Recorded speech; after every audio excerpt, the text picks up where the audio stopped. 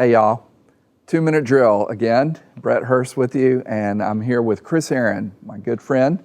Chris, you and I have talked about fatherhood for a long time.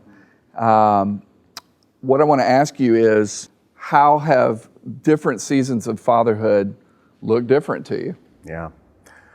What you don't realize is how fast it changes.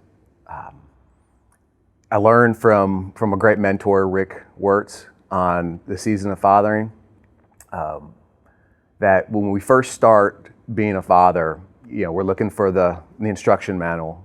As our kids continue to age, we enter the teaching phase as a father. And then over time, we move to the coaching phase, and then we ultimately end up in the counseling phase with our kids.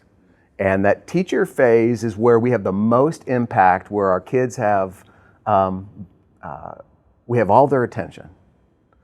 When we move to that coaching phase, we're beginning to lose our ability to influence It's our shifting. children. It's shifting. It's changing. Because their friends, the spheres of influence begin to have more and more impact on them, until you reach that counseling phase where it still changes as a father. Mm-hmm.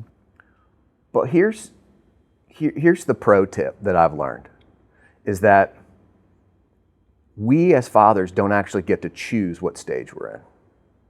It's the age of the child in your life.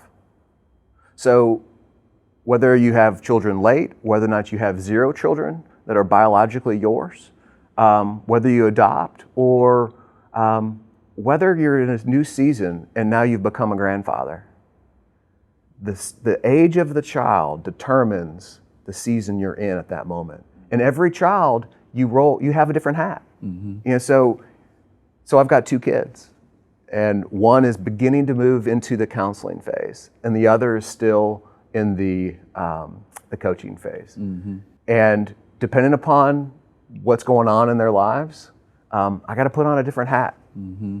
And learning to understand that, and understanding the lens through the child that you're looking and you're loving in your life, has meant everything. Mm-hmm. It has direct impact on our ability to influence and glorify God our Father. Mm-hmm. So when your fathering gig starts, kind of the end goal is that these kids are going to one day be independent, mature, functioning adults. But there's this long period where that evolves to where ultimately you and I as older dads become consultants to our kids. That's right.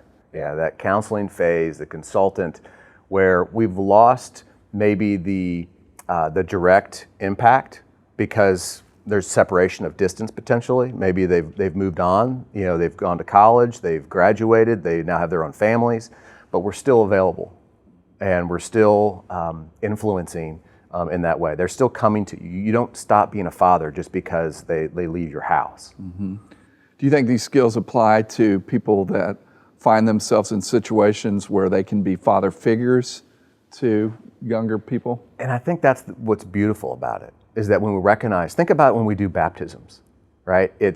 We step in as their godparent, as an entire group, an entire church. Community. Because it takes a community to help our kids reach where they are. Mm-hmm. Yeah, that's good. Good stuff. Well, you're doing a great job from one slightly older dad to another. Well, that's it for 2-minute drill, and thanks for hanging out with us today. We'll see you next time.